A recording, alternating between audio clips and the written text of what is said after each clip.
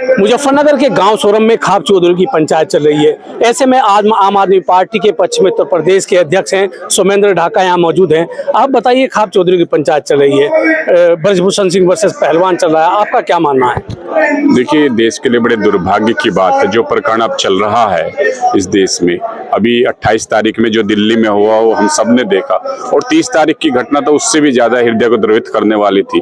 जो बेटियां 1.5 घंटा अपने मेडल को अपनी झोली में लेकर रोती रही, लेकिन उस प्रधानमंत्री जो जब पदक आई थी जिनको अपनी बेटी बताता था, उनका दिल नहीं पसीजा। पिछले 1.5 महीने से एक भी ट्वीट प्रधानमंत्री ने बेटियों को सांत्वना देने के लिए या उनको न्याय का भरोसा देने के लिए नहीं किया। अब हम सब लोगों का विश्वास टूट चुका। मैं तो ऐसा लगता है जैसे जब धरने पर जंतर मंतर पर धरना चल रहा था, लगातार सब चल रहे थे, लेकिन क्या ये जातीय बन गया कि ब्रजभूषण सिंह ठाकुर है, पहलवान जाट है, इसको इस मुद्दे को भी गरमाने की कोशिश की गई? देखिए, ये सरकार मतलब बिल्कुल सीधे सीधे शब्दों में कहते हैं, इस मामले में ये बहुत भ्रष्ट और निकम्मी सरकार है। सिर्फ लड़ाना जानती है, डराना जानती है, दबाना जानती है। उत्तर प्रदेश का चुनाव आता है तो हिंदू को मुसलमान से लड़ा देती है। जब हरियाणा का चुनाव आता है जाट को गैर जाट से लड़ा देती है। महाराष्ट्र का चुनाव आता है मराठा को गैर मराठा से लड़ा देती है। अब मणिपुर में देखिए कुकी नागा से लड़ा दिया गया। इनका काम सिर्फ बांटना होता है। जब किसान आंदोलन हुआ तब भी इन्होंने किसानों को जातियों में बांट दिया था, लेकिन उनको पता होना चाहिए भारतीय संस्कृति ऐसी नहीं है। अब भी ये क्या काम कर रहे हैं, गुर्जरों ने जैसे गौरव यात्रा निकाली, गुर्जर वर्सेस ठाकुर ये नहीं करेंगे, क्योंकि बेटियां जाट जाति से ताल्लुक रखती है। अब ये जाट वर्सेस ठाकुर करने जा रहे हैं। और कितनी शर्म की बात है कि जो व्यक्ति यौन दुराचार का आरोपी है, पूरा प्रशासन, उत्तर प्रदेश का पूरा शासन, पूरा प्रशासन उसकी अयोध्या में रैली करने को सफल बनाने के लिए तुला हुआ। ढाका जी, जिस तरह से ये पहलवान जंतर मंतर पे भी रहे, दिल्ली में 28 तारीख को जो हुआ आप खुद देख रहे हैं, अभी हरिद्वार में भी हुआ, तो सरकार क्यों नहीं सुनना चाहती? इसके पीछे की क्या वजह सोमेंद्र ढाका जी आप मानते हैं? देखिए, मैं क्या बताना चाहता हूँ, सरकार जो भी कार्य करती है वो वोट बैंक की नजरों से करती है। सरकार ने पिछले 4-5 सालों में क्या काम किया है, किसान जो बिरादरी होती है इसको बाकी जितनी दूसरी बिरादरियां कह लिया, दूसरा वर्ग है, उसको अलग करने का काम किया। अब जो खेतीहर मजदूर है, जो खेतीहर किसान है, जो किसान काम कर रहे हैं, किसान आंदोलन में यही हुआ था, उन्होंने ये कर दिया। ऐसी बेटियों की जो इज्जत को, जो बाद हमारी बहन बेटियों की इज्जत को भी उसने किसान जातियों के साथ जोड़ दिया है। वो सिर्फ बांटती है, समाज को बांटती है। उसको लगता है समाज बढ़ जाएगा, जाति के आधार पर बढ़ जाएगा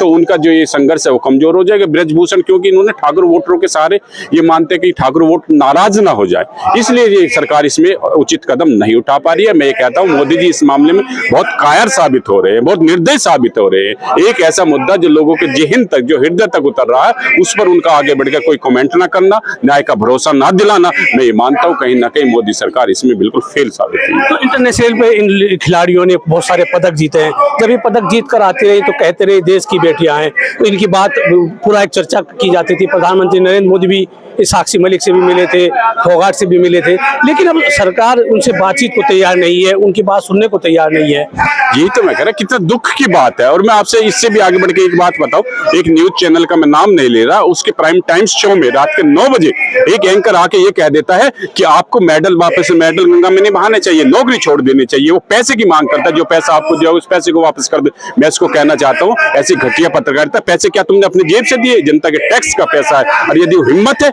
तो मोदी जी अपने अकाउंट दे, खेल मंत्रालय अपना अकाउंट दे, हम पैसे भी उनके वापस लौटा दें। तो अब क्या मान रही लड़ाई कहां तक जाने वाली है सोमेंद्र ढाका? लड़ाई तो किसी भी हद तक जाने के लिए तैयार है, मैं बता रहा हूँ, क्योंकि अब हमें न्याय की उम्मीद कतई नहीं। जिस तरह से मीडिया के सामने आकर उसको एक नाबालिग लड़की को बालिग घोषित किया जा रहा है, ये कहीं ना कहीं ये इंडिकेशन है कि पुलिस प्रशासन ने, जो इन्वेस्टिगेशन ऑफिसर से, जो इन्वेस्टिगेशन एजेंसियां, उन्होंने ये तय कर लिया है कि हम ब्रजभूषण को क्लीन चिट देंगे। लेकिन हम ये कहना चाहते हैं, जो बेटियां अपने परिवार के साथ लेकर, अपने पतियों के साथ लेकर इस मामले को उठा रही, वो बहुत हिम्मत का काम कर रही है। और हम पूरी, मैं कह रहा हूँ, पूरे तन मन धन से, जैसे खाप की पंचायत आप देख रहे हैं, आज एक छोटी सी पंचायत थी, खापों के चौधरी की पंचायत, किसी जनरल आदमी को आमंत्रित नहीं किया गया था इसमें, उसके बावजूद भी हजारों की संख्या में ये लोग आए। कल कुरुक्षेत्र में पंचायत है, 4 तारीख में फिर हरियाणा में पंचायत है। धीरे धीरे जो आक्रोश लग रहा है, ये कहीं ना कहीं मैं कहता हूँ कि मोदी सरकार को निगल जाएगा। कुरुक्षेत्र में पंचायत बताया जाता है वहाँ महाभारत की लड़ाई हुई थी, इसलिए कुरुक्षेत्र को चुना गया है। देखिए, इसलिए यह देखिए, जो जिस गांव में मैं खड़ा हूँ, ये गांव भी ऐतिहासिक बन जाता है। हर चीज चीजों का जब हम कोई निर्णय लेते हैं उसे कहीं ना कहीं उसके पीछे कुछ ना कुछ जो एक लॉजिक होता है। यदि कुरुक्षेत्र को चयन है तो कुरुक्षेत्र में भी धर्म और अधर्म की लड़ाई होती, न्याय और अन्याय की लड़ाई होती। यदि उन्होंने कुरुक्षेत्र को केवल इसलिए चुना है कि वहां धर्म और अधर्म का युद्ध हुआ था, तो हम लोग उस निर्णय का भी समर्थन करते हैं। और हम ये मानते हैं ये पुनः जो महाभारत में हुआ था धर्म अधर्म की ये लड़ाई पुनः उसी स्तर पर जाके पहुंची। न्याय और अन्याय की लड़ाई में कौन जीतेगा?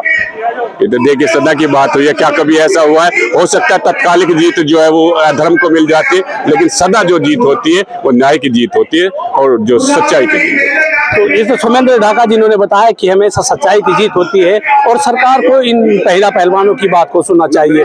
मैं हूं राशिद अली और आप देख रहे हैं खोजी न्यूज।